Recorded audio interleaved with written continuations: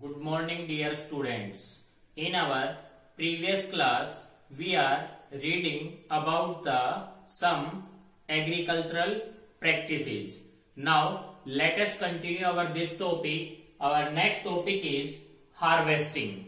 Harvesting. What is meant by harvesting?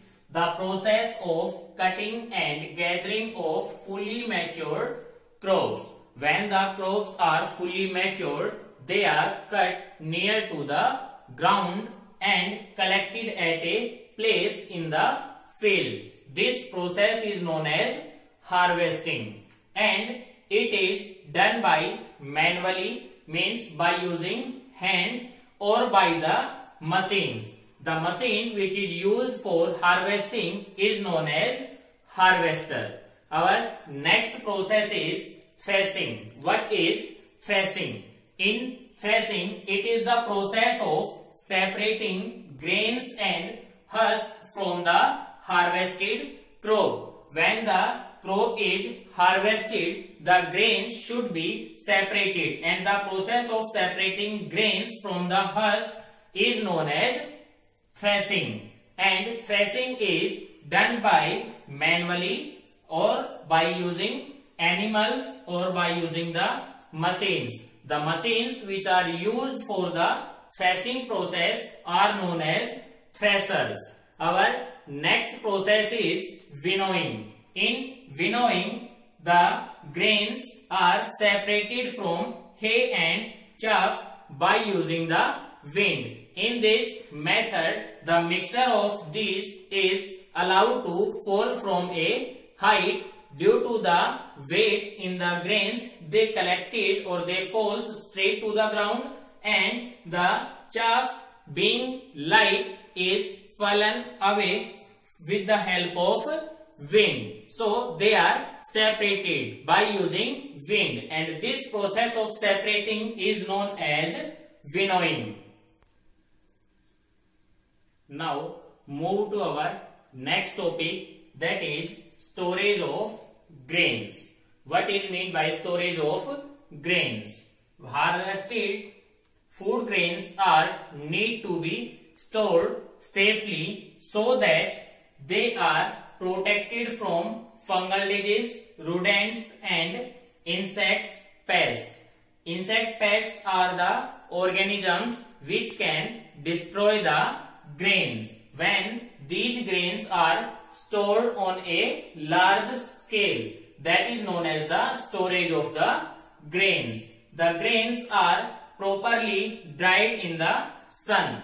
The newly or freshly harvested grains have moisture, and due to this moisture they can germinate. So before storing the grains, they should be properly dried in the sun.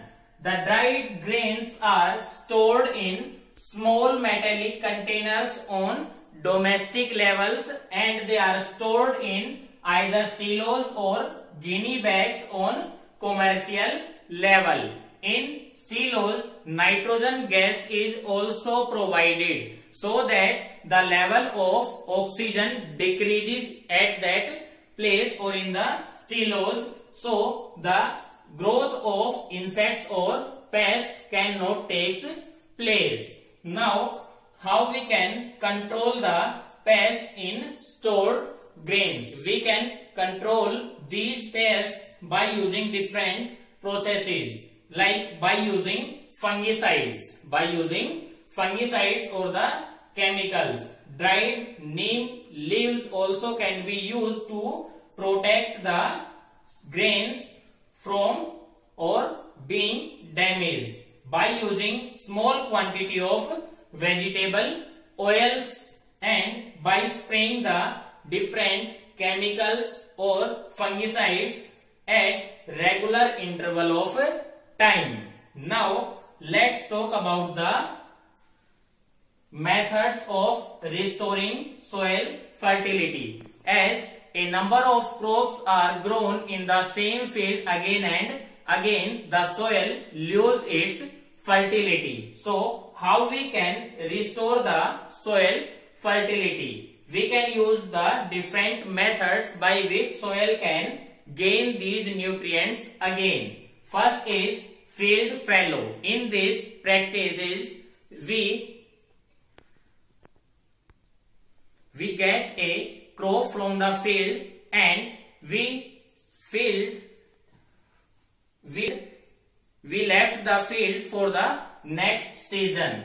This is known as the field fallow. Our another method is by adding manures and fertilizers. By using these manures and fertilizers, the soil can restore their fertility by crop rotation. In this method, the crops are grown in the field of different type of crops, one by one.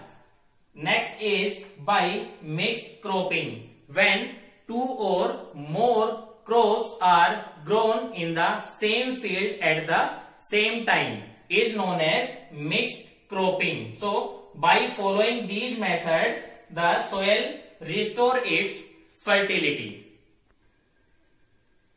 Now, as we know that the population of India is continuously growing, so we need a large amount of food for the population of India. So, to increase the food production, we need some specific things in which a green revolution is also considered. Green revolution, the great improvement in the production of food grains and other agricultural produce during the period 1960 to 80 is described as the Green Revolution in Indian agriculture. It is also known as Golden Era of Indian agriculture, and the Green Revolution was started by Dr. M.S. Swaminathan. So, this was started in India by Dr. M.S. Swaminathan with the help of some government agencies and with the farmers. Now, we get our food from the animals also. In this, we have read about the food getting from the plants. Now, discuss about the food getting from the animals. We get different things like milk, egg and meat. All these are gained or obtained from the animals. Animal husbandry. The rearing of animals on a large scale is known as animal husbandry, in which we rear a large number of animals on a large scale for the food is known as animal husbandry. The rearing of honeybees is known as apiculture. The rearing of fish is known as pisciculture, and the rearing of birds for getting eggs and meat as a food is known as poultry farming. So, this is all about the chapter crop production. Thank you. Have a nice day.